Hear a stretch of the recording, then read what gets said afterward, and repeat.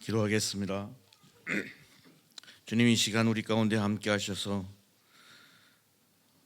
전하는 자나 듣는 자나 주님의 말씀만을 가지고 씨름하고 또 묵상하는 시간 되게 하여 주시옵소서. 성령께서 우리를 주장하시고 부족한 종의 허물을 감추어 주시며 또 이들의 마음 문을 활짝 열게 하셔서 하늘의 음성이 주님의 뜻이 이 시간 우리들을 각자 삶 가운데 임하는 복되고 귀한 시간 되게 주님 인도하여 주시옵소서. 예수님의 이름으로 기도드리옵나이다. 아멘. 저는 아시다시피 안식년을 보내고 있습니다. 제게 안식년은 여러 가지 의미가 있는데요. 제가 아직 나이는 어리지만 목사 안수를 받은 지 벌써 30년이 됐습니다.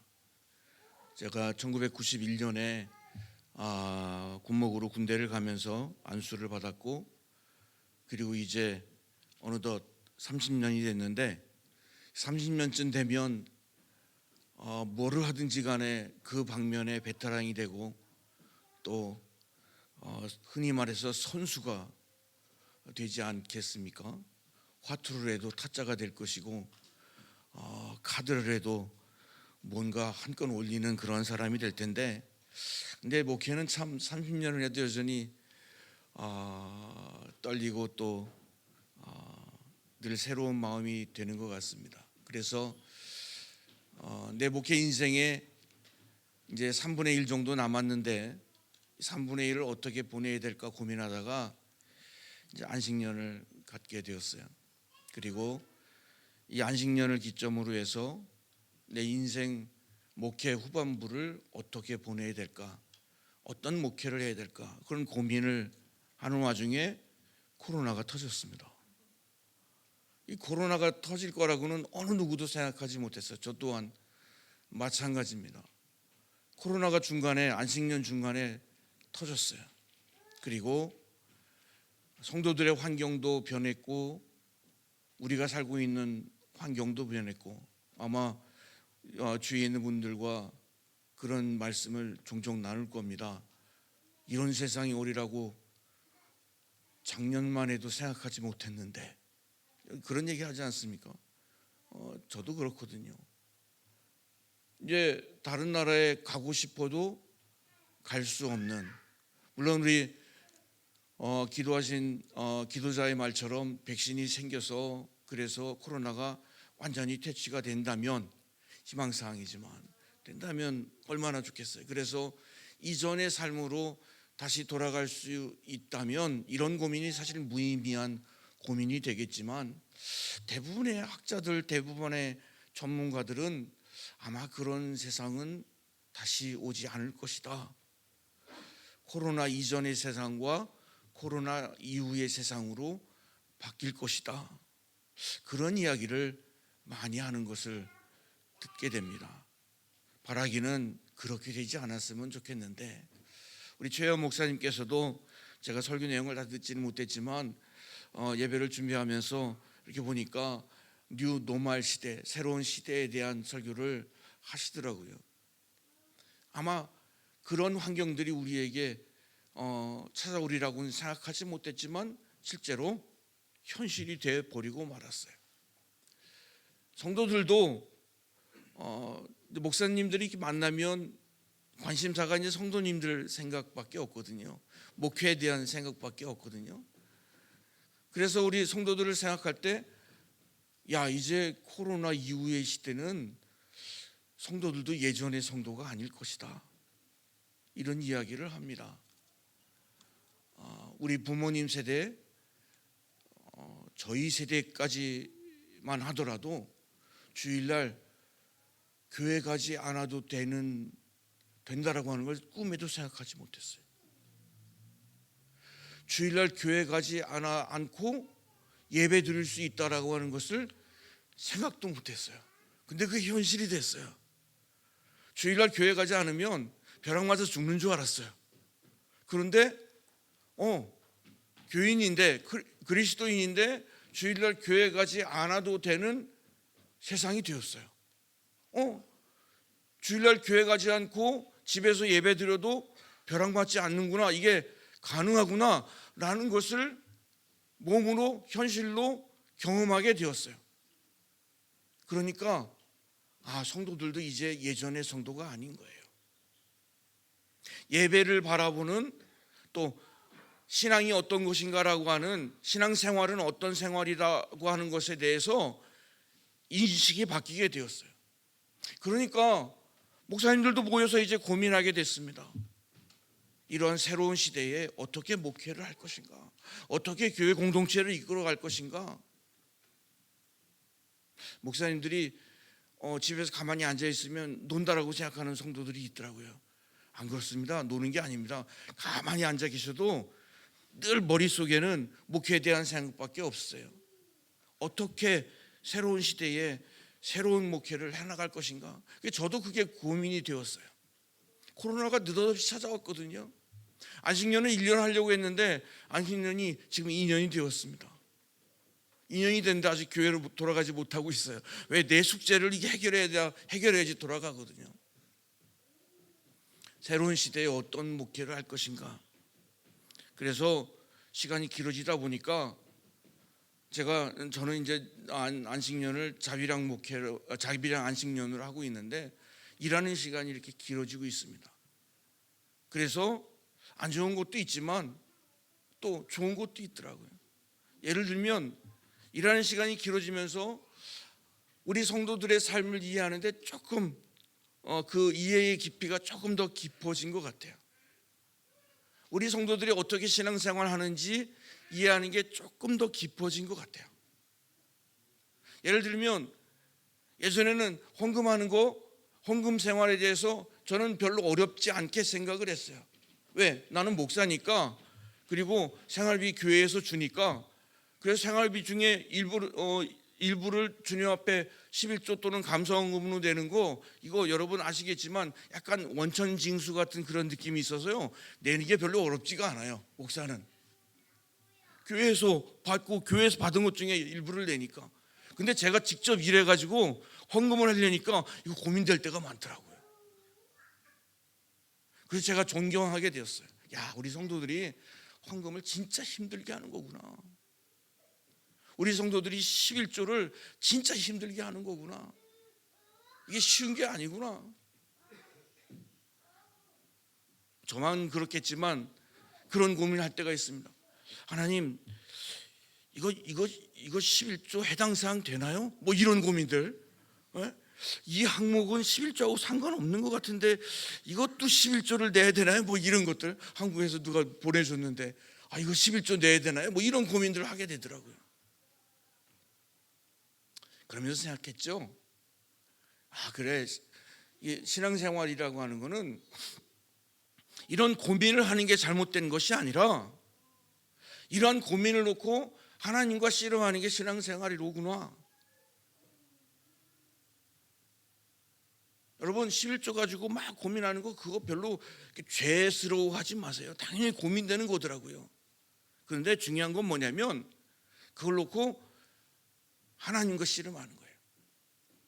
내가 맞다 틀리다, 뭐 내든다 내지 말아야 된다, 내가 판단하는 게 아니고 그러한 문제들을 놓고 하나님과 씨름하는 게 신앙생활이라는 걸 다시 한번 깨닫게 되었어요. 그래서 막 고민해가지고 하나님과 때로는 타협, 하나님과 협상, 이렇게 하면서 우리가 살아가다 보면 때로는 그 선택이 잘된 선택일 수도 있지만 원하지 않는 선택일 수도 있어요. 때로는요, 좀 제가 위험한 발언일 수 있지만 목사님의 뜻하고 어긋나는 선택일 수도 있어요.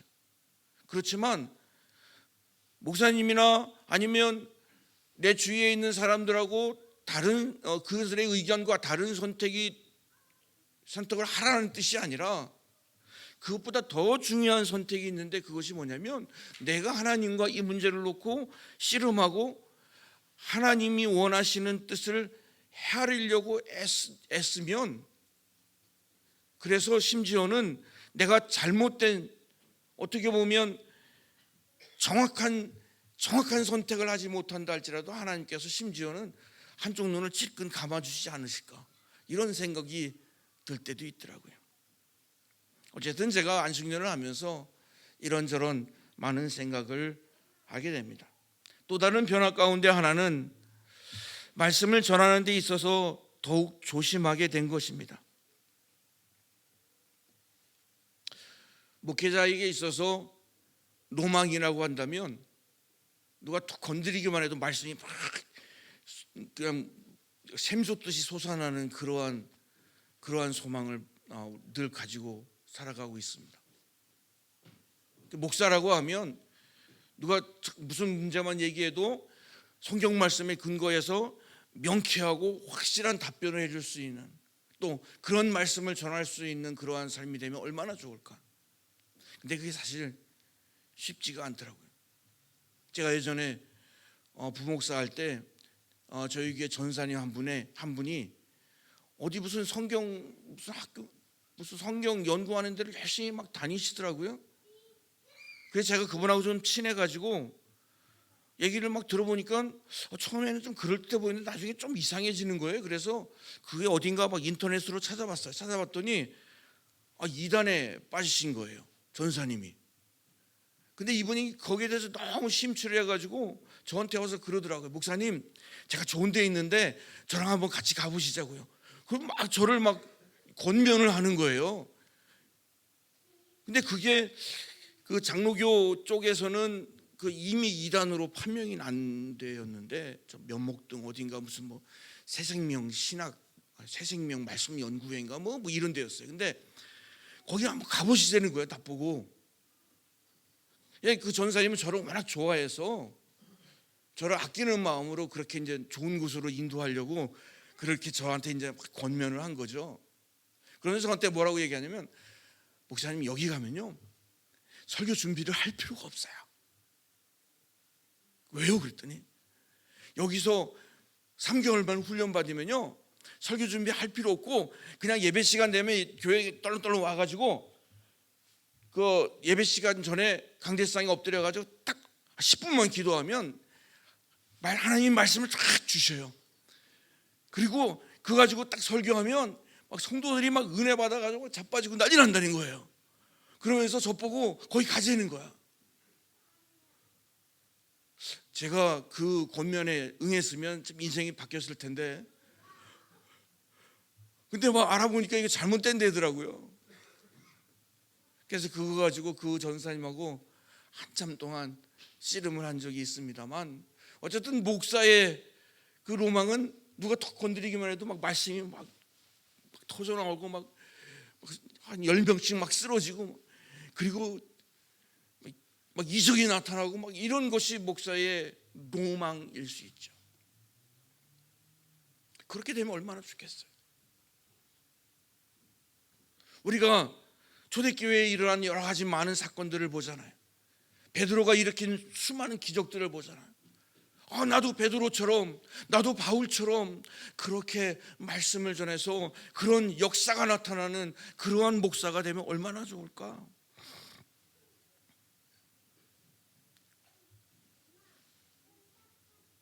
근데 요즘은 그게 과연 우리가 품어야 될 희망인가라고 하는, 소망인가라는 그러한 생각을 여러 번 다시 한번 하게 됩니다. 우리 교인들 중에도 이제 요즘 가끔 이제 만나면 저에 대해서 그런 기대를 하시는 분이 있어요. 뭐냐면, 안식년을 2년이나 했으니까 2년 동안 얼마나 많이 축적이 됐을까, 얼마나 설교 말씀, 얼마나 그 은혜가 확 막 응축이 돼가지고, 이제 오셔서 말씀 전하면 막 기가 막힌 말씀을 하실까, 막 이런 기대를 가지고 바라보시는 분이 있는데 얼마나 부담되는지 몰라요. 왜? 사실 저는 그렇지 않거든요. 사실 그런 게 아니거든요. 은행 잔고처럼 뭐 통장처럼 막 세이브해가지고 건드리기만 막 손대기만 하면 톡 터져나가는 막 봉선화처럼 막 터져나갔으면 얼마나 좋겠습니까만은 사실 그런 게 아니거든요. 사실 최현 목사님께서도 그런 얘기를 하시는지 모르겠지만 우리가 신앙생활을 하면서 목사가 망가지는 것이 목사 스스로의 잘못도 있지만 그게 교인들 잘못도 있어요. 왜? 목사에게 너무 쓸데없는 기대를 많이 가져. 우리 목사님 막 이렇게 돼야 된다라고 하는 그러한 자기만의, 그래서 자기의 욕심을, 자기의 욕망을 목사님한테 막 투영시키려고 그래. 우리 목사님은 이렇게 돼야 된다라고 막 생각해서 심지어는 막 쫓아와가지고, 제가 이민 목회하니까 특별히 그런 분들이 몇 명 계시더라고요. 목사님이 이래야 된다는 거예요. 이민 목회는 이래야 된다는 거예요. 목사님 이렇게 목회하면 안 된다는 거예요.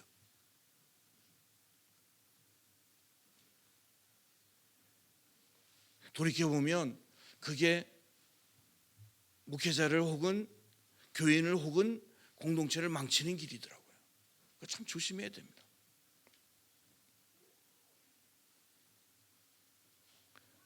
심지어는 목사에 대한 그러한 어떤 당신의 욕심을 가지고 목사를 위해 기도한다고 그러는데 자세히 들어보면 기도가 아니라 주문을 거는 거더라고요. 무슨 그 옛날 영화에 막 그 인형 움직이게 하는 것처럼 목사님은 이래야 됩니다. 막 기도를 하는데 가만히 들어보면 기도가 아니라 주술이야, 주술. 주문 거는 거야. 여러분, 기도는요 목사한테 하는 게 아니고 하나님께 하는 거야. 하나님, 우리 목사님 이렇게 되게 해주세요. 이런 기도 얼마나 아름답고 좋아요. 근데 어떤 기도는 들어보면 막 목사한테 막 주술을 걸어, 막 주술을 걸어. 이렇게 된다고. 그건 기도가 아닙니다. 기도는 하나님과 나와의 대화예요. 하나님께 하는 거예요. 11월에 기도의 달이라고 그래서 제가 설교 부탁을 받고 제가 기도에 대한 어떤 말씀을 여러분과 나눌 수 있을까?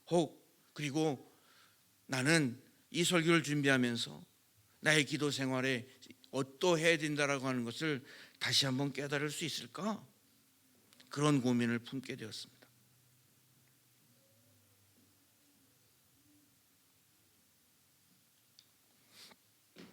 다시 돌아가 보면 성도의 청중을 향해서 말하는 것, 즉 설교하는 데 있어서 더욱 신중하게 된 것이 저의 요즘의 삶입니다. 그럼에도 불구하고 여러분에게 말씀을 전하는 것은 나의 상황과 나의 형편과 상관없이 하나님의 말씀은 전해져야 될 가치가 있는 것이기 때문입니다. 나의 형편, 나의 상황이 복잡하고 곤란하고 난감하여도 그러한 형편과 비교가 불가능하게 절대적이고 값진 것이 하나님의 말씀이기 때문에 오늘 우리가 주님 앞에 서게 되는 거예요. 코로나 상황이 우리에게 닥쳤습니다. 그래서 새로운 시대가 열렸습니다. 그래서 인식이 바뀌었습니다. 그리고 환경이 바뀌었습니다. 심지어는 교회 가지 않아도 예배를 드릴 수 있는 그러한 세상, 그러한 시대가 되었습니다. 그럼에도 불구하고 우리가 오늘 주님 앞에 나와 예배 드리는 것, 주님 앞에 엎드려 그리스도인으로 살아가는 것, 그것은 오늘 우리가 만나야 될, 오늘 우리가 붙잡아야 될 주님의 말씀, 주님의 음성, 주님이 주시는 은혜, 그것은 다른 어떠한 환경과 조건을 가지고 이유를 들어서 문제를 제기할 수 없을 만큼 값지고 귀한 것이기 때문입니다.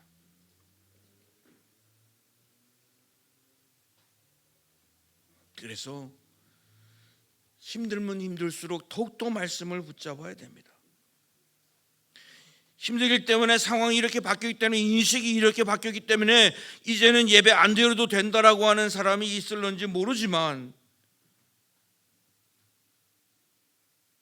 그럴수록 더 예배가 말씀이 우리의 희망이 되어야 된다라고 또 그렇다라고 하는 사실을 우리 성도들이 고백하기를 간절히 바랍니다.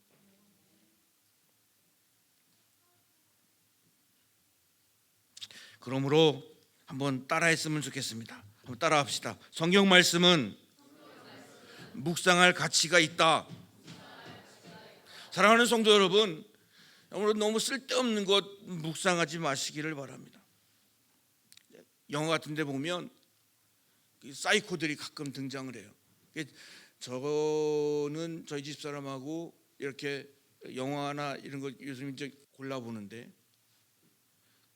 것 중에 사이코 이런 사람들 등장하면 아예 안 봅니다. 왜? 정신건강에 안 좋다고 생각을 해서.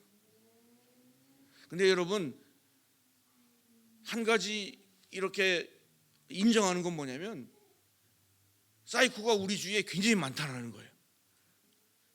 그런데 사이코가 달리 사이코가 아니라 어떤 사람이 사이코냐면 쓸데없는 것을 묵상하는 사람이 사이코더라고요. 그래서 뭐 보니까 연쇄 살인범 등장하는 사람 막 죽였어요. 왜 죽였냐 그랬더니 길을 걷다가 저 사람이 내 어깨를 툭 치고 갔다는 거예요. 그래서 죽였다는 거예요. 영화상에서는 이해가 안 되죠. 근데 그게 가능한 이유가 뭐냐면 그 사람은 그걸 계속 묵상을 한 거예요. 저 사람이 내 어깨를 치고 갔어. 왜 내 어깨를 쳤을까? 나한테 무슨 불만이 있는 건 아닐까? 아니면 나한테 어떤 뭔가 메시지를 주려고 하는 것은 아닐까? 뭐 등등으로 해서 그 쓸데없는 것을 계속 묵상을 하는 거예요. 그렇게 묵상하다가 나중에는 그 사람을 죽이는 것까지 가더라고요. 저 사람은 사이코니까. 아니에요. 쓸데없는 것을 묵상하기 때문에 그 사람이 사이코가 되는 거예요. 우리가 그리스도인으로 살아가는데도 쓸데없는 것을 묵상하면 우리는 사이코 같은 그런 교인이 될 수도 있다라고 하는 것을 우리가 인정해야 됩니다. 성도는 말씀을 묵상해야 되는데 말씀을 묵상하지 않고 다른 것을 묵상하게 되면 어떤 사람을 너무 미워해. 마음에 안 들어. 근데 그 사람이 같은 교회 교인이야. 근데 그 사람을 계속 미운 마음에 계속 묵상해. 그러면 잘못된 교인이 되는 거예요. 그런데 이게 총량의 법칙이라는 게 있죠. 우리의 생각은 이게 한정되어 있어요. 그래서 이 한정된 것에 다른 걸 채우지 않고 미움을 채우면 미움으로 가득 차게 되는 거예요. 성도는 미움이 들어올, 악한 생각이 들어올 걸 차단해야 됩니다. 차단하려면 어떻게 하냐면 다른 것으로 채워야 돼요. 뭘로? 말씀으로 채워야 돼요. 신앙생활은 주일날 교회 나와서 예배 한번 드리는 것으로 끝나는 것이 아니라 우리 삶 속에서 계속 말씀을 묵상해야만 온전한 신앙생활을 할 수. 왜? 세상에 수많은 것들이 믿음의 사람들을 넘어뜨리려고, 다시 말씀드리면 여러분의 생각 가운데 다른 것을 집어넣으려고, 여러분의 생각 주머니에 다른 것이 차지하도록 끊임없이 공격하기 때문이죠. 사단이 오늘도 예배하는 저희들을 끊임없이 공격합니다. 다른 거 집어넣으려고 끊임없이 공격합니다. 그래서 우리가 그걸 이기려면 다른 방법이 없어요. 우리 속에, 내 생각 속에, 내 마음 속에 말씀을 채우는 것밖에 없습니다. 그래서 말씀 묵상하라는 거예요. 그래서 큐티하라는 거예요. 그래서 새벽기도 하라는 거예요. 목사님께서 특별 새벽기도 열고 이번 한 달은 기도하는 달입니다라고 말씀하는 이유는 코로나 시대, 새로운 시대를 맞이해서 여러 가지 많은 생각들, 복잡한 생각들, 물론 그것들을 교회가, 목사가 다 해결해 주면 좋겠지만 그렇게 하기 어렵잖아요. 그래서 이 복잡하고 그리고 전혀 생각하지 못했던 새로운 시대가 되었는데, 이러한 새로운 시대에 우리가 헛된 것에 사로잡히지 아니하고 헛된 것에 나를 팔아버리지 아니하고 내가 온전히 믿음의 삶을 이어가려면 말씀을 묵상해야 됩니다. 기도 생활을 해야 됩니다. 여러분, 예수님의 제자로 12명이 선택이 돼서 똑같이 출발했고, 그리고 예수님과 함께 똑같이 3년 동안 공생애를 함께 했어요. 말씀 똑같이 들었습니다. 그런데 가룟 유다는 왜 예수님 팔아먹었습니까?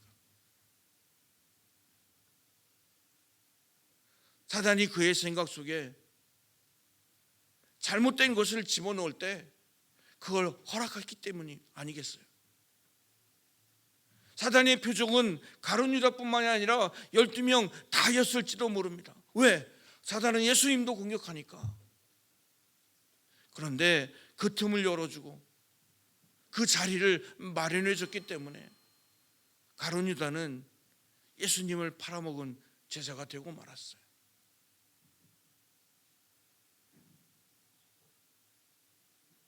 오늘날 저나 여러분이나 가룟 유다보다 훨씬 더 훌륭한 신앙을 가지고 있다라고 자부할 수 있는 사람이 어디 있겠습니까? 그런데 그렇기 때문에 저나 여러분 어느 누구도 내가 말씀을 붙잡지 않고 말씀을 채우지 않으면 우리는 사단의 유혹에, 사단의 시험에 넘어질 수 있다라고 하는 것을 우리는 늘 기억해야 됩니다. 성도는 말씀대로 살아가야 됩니다. 요즘 그런 말이 있습니다. 사랑하기에는 시간이 너무 없다. 시간이 모자란다.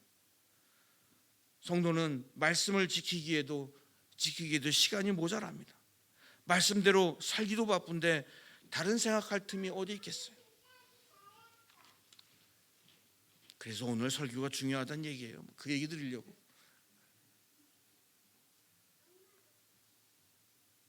오늘 설교의 제목을 보면 기도가 삶이 되려면, 혹은 삶이 기도가 되려면 이라고 하는 뜻입니다. 매우 어려운 숙제죠. 저의 숙제이기도 하고 여러분의 숙제이기도 합니다. 숙제를 풀려면 교과서를 보듯이 성경을 펼쳐야 됩니다. 성경에 뭐라고 되어 있을까요? 기도가 삶이 되고 삶이 기도가 되려면 오늘 성경의 말씀에 이렇게 되어 있습니다. 쉬지 말고 기도하라. 쉬지 말고 기도하라. 쉬지 말고 기도하는 기도하는 생활을 하면 우리의 기도가 삶이 되는 거예요. 삶이 기도가 되는 거예요. 그런데 여러분 생각해 보세요. 쉬지 말고 기도하라, 이 말이 얼마나 부담되는 말인지 몰라요. 여러분이 하루 24시간 가운데 기도하는 시간이 한 얼마나 될까요? 기도하는 시간 한번 모아보셨나요? 24시간 가운데 몇 분 될까? 식사기도 하루 3번 하고 또 새벽에 나와서 기도하는 거 뭐 이렇게 하면 하루에 기도하는 시간 24시간 가운데 얼마나 될까? 그런데 성경에 보니까 쉬지 말고 기도하라는 거예요. 쉬지 말고 기도해야 기도하는 삶을 살아갈 수 있다라고 오늘 저에게 그리고 여러분에게 말씀하고 있습니다. 이렇게 한번 생각해 봐요. 여러분 아내가 여러분한테 당신이 가장이니까 쉬지 말고 일하라고. 어디 집에 와서 쉬냐고. 하루에 23시간은 일해야지. 뭐 이렇게 얘기하면 잠자는 시간도 아껴가면서 일해야지. 당신 가장이니까. 돌아버리지. 남편이 막 집에 오면 계속 아내한테 당신 주부니까 말이야 쉬지 말고 요리해, 쉬지 말고 설거지해, 쉬지 말고 청소해 막 이러면 그냥 안 내두겠죠. 애들한테 부모님이 야 너는 학생이니까 쉬지 말고 공부해. 물론 희망사항이겠지만 그런 말 하고 싶지만 참아야 됩니다. 애들한테 너 학생이니까 쉬지 말고 공부해. 얼마나 그거 끔찍하겠어요. 생각만 해도. 그런데 오늘 성경 말씀 보니까 쉬지 말고 기도하라 이렇게 나와 있어요. 사실 오늘 조건사님께서 우리가 잘 아는 말씀이라고 해서 데살로니가전서 5장 16절, 17절, 18절 읽었잖아요. 항상 기뻐하라, 쉬지 말고 기도하라, 범사가 좋은 말인데 우리가 말씀대로 살기로 작정했다면 이 세 구절을 싹 지워버렸으면 좋겠어. 성경에서 매직 갖다가 이렇게 까만 걸로 해서 싹싹싹 지워버렸으면 좋겠어. 그러면 이 세 개만 지워도 신앙생활 할 만하지요. 그런데 이 말씀대로 우리가 신앙생활 한다면 이게 얼마나 힘든 일입니까? 항상 쉬지 말고 범사해. 이게 선택의 여지가 없잖아요. 그런데 이게 얼마나 부담되는 말씀입니까?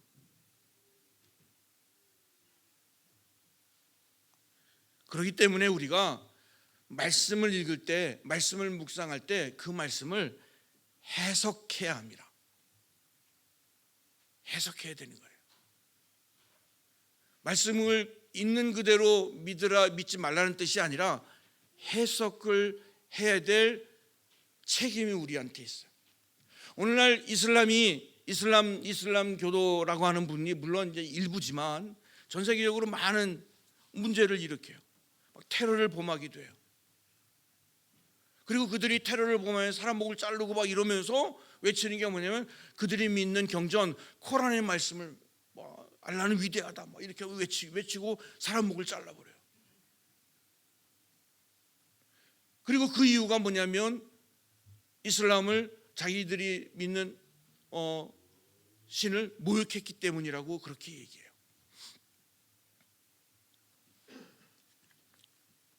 그들 논리, 그들의 주장대로 하면 그들이 하는 행동이 지극히 당연한 거고, 그리고 잘못된 게 아니에요. 죄가 아니에요. 그런데 오늘날 전 세계 사람들은 경악하고 끔찍해하고 그리고 손가락질합니다. 그럼 어디서 문제가 생긴 겁니까? 코란에 있는 말씀은 맞는 말씀입니다. 옳은 말씀이 거기 기록되어져 있어요. 그리고 그는 코란에 있는 말씀대로 행한 거예요. 그런데 왜 세계는 경악합니까? 말씀을 자기들이 믿는 그 말씀대로 했는데 문제는 그 말씀을 해석하지 못했다라고 하는 거예요.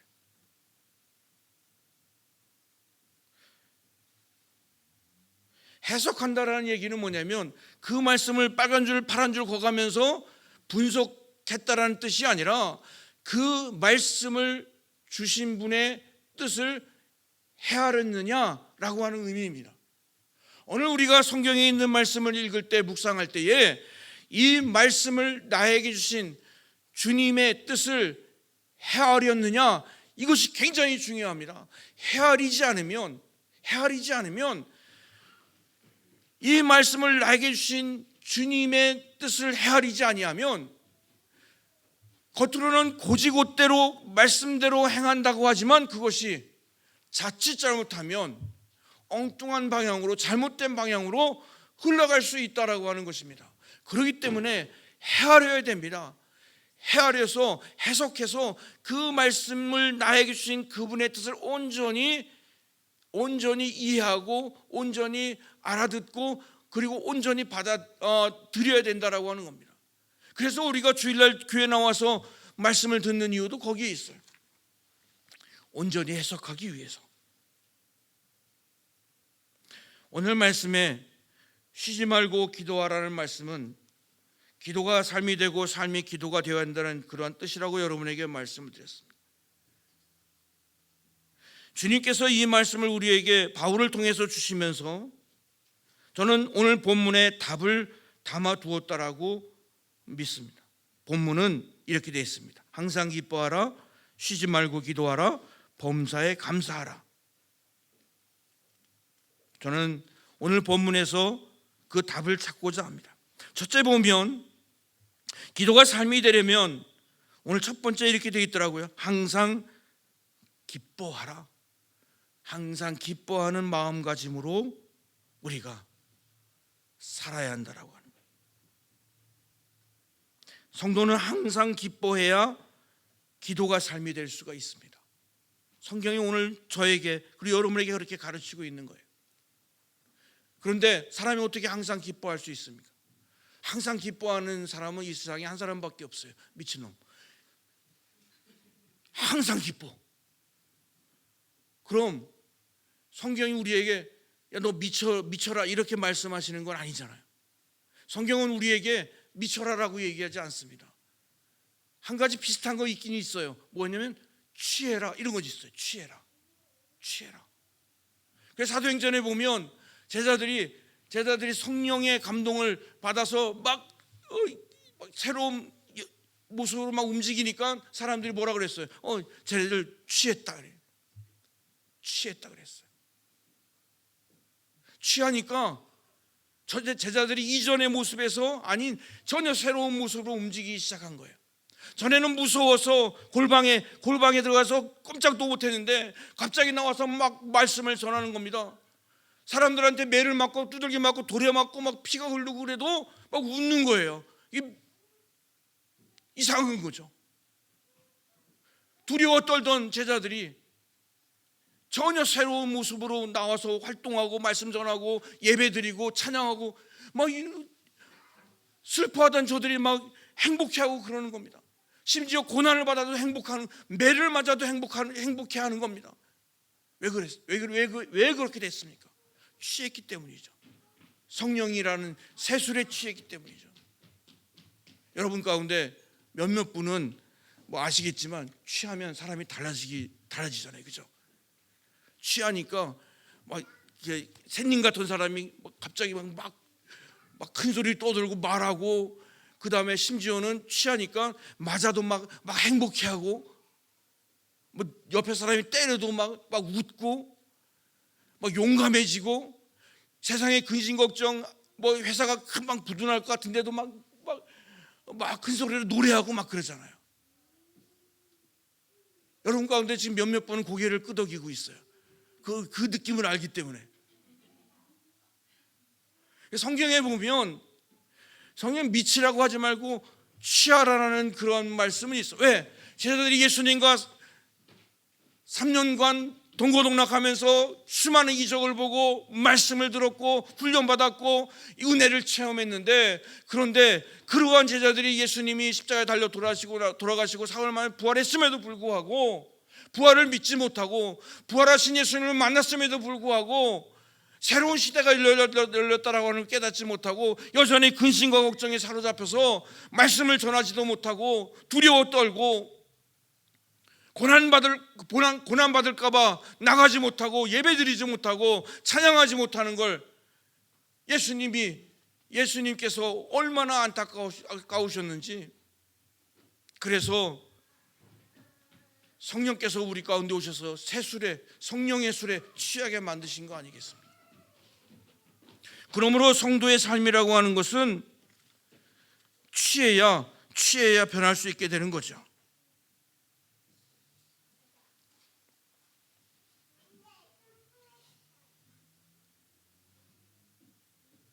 그러므로 항상 기뻐하라는 말씀은 무엇인가?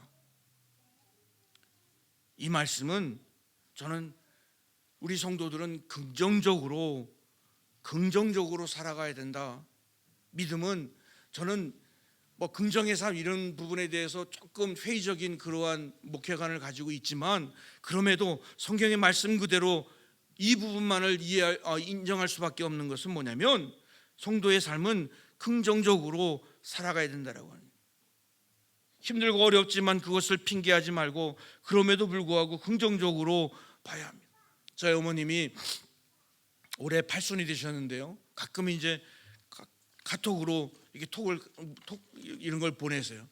근데 보면 막 대부분 어디서 이렇게 따오셨는지 이제 이분이 이런 걸 배워가지고 막 신나서 막 누가 보낸 거 다시 이렇게 복사해가 전달해서 막 저한테 막 보내세요. 보면 무슨 뭐를 하기 위한 뭐 십계명, 뭐 건강하기 위한 뭐 10가지 법칙 막 이런 거 보내세요. 배경으로는 막 백조가 막 이렇게 슬금슬금 기어다니고 오색 찬란한 막 이런 거 있어. 보기만 해도 막 손이 오그라들어가지고 이걸 계속 읽어야 되나 막 이런 생각이 드는데, 그래서 대부분이 이제 스킵하고 막 이러는데요.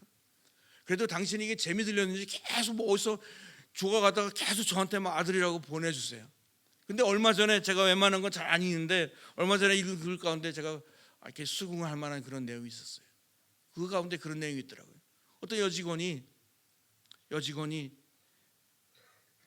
창고에, 냉동 창고에 그 재고 조사를 하려고 혼자 들어가서 이렇게 재고 조사를 하는데 갑자기 쾅 소리가 나면서 문이 닫힌 거예요. 근데 냉동 창고는 밖에서 이렇게 안에서 밖으로 열 수가 없는 그런 창고였나 봐요.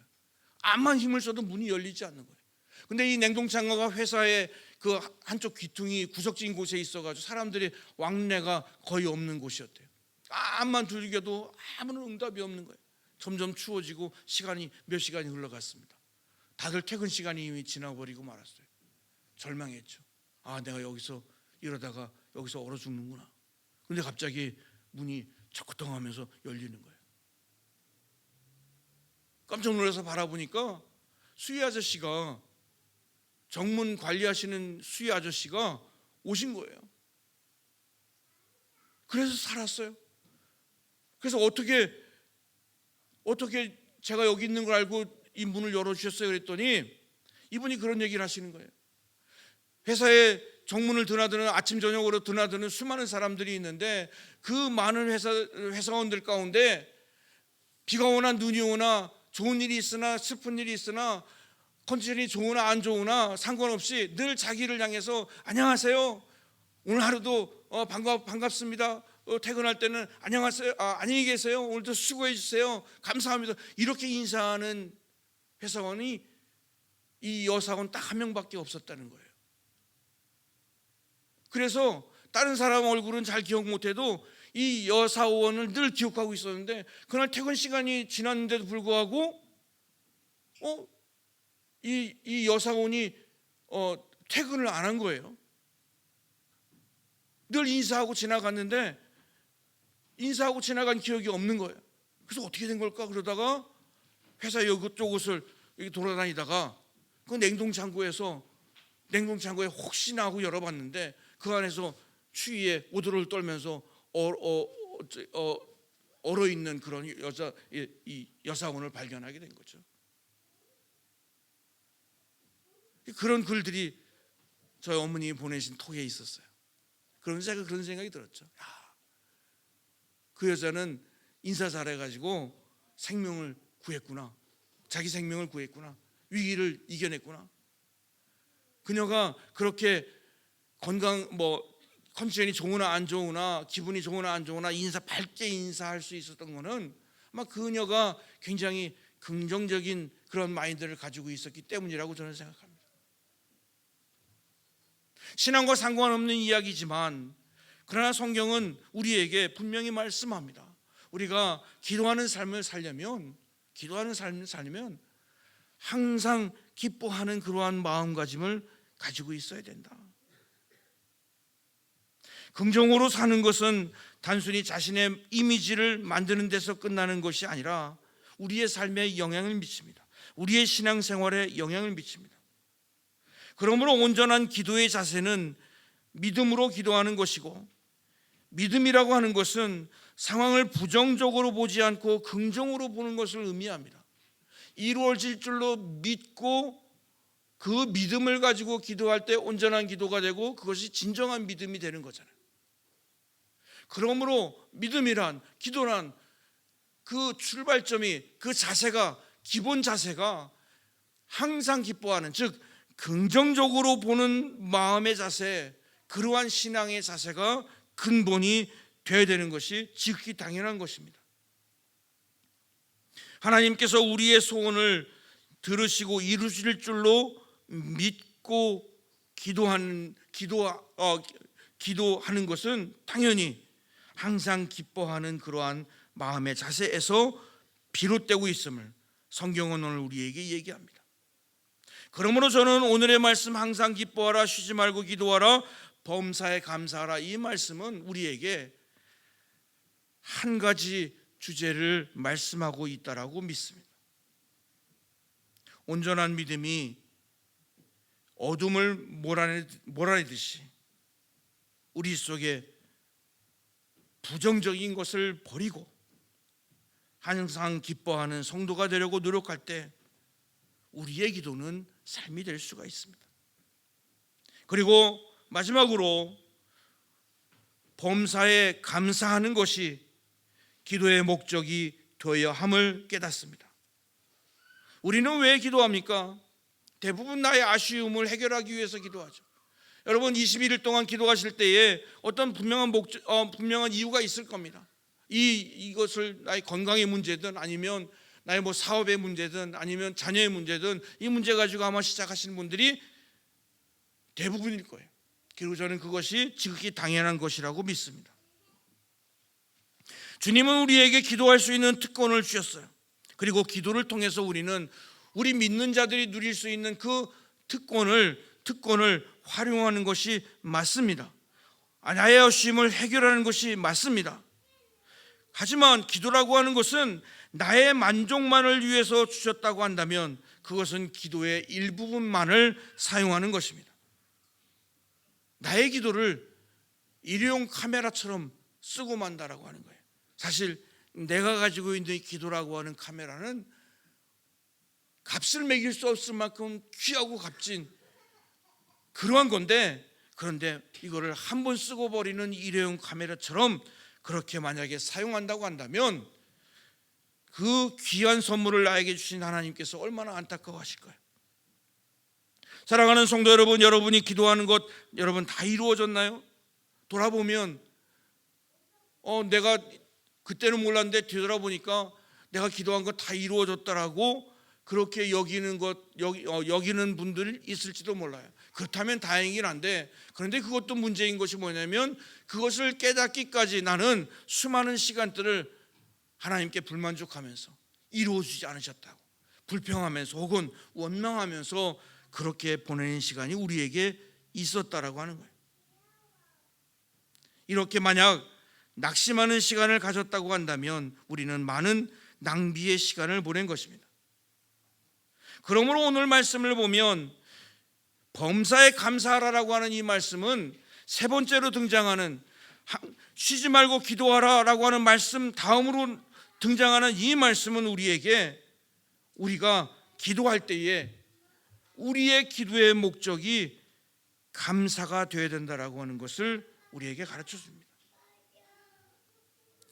내가 기도하는 목적이 나의 원대로 되기만을 바라지 아니하고, 그것이 예수님이 우리에게 보여주신 기도의 모습이었습니다.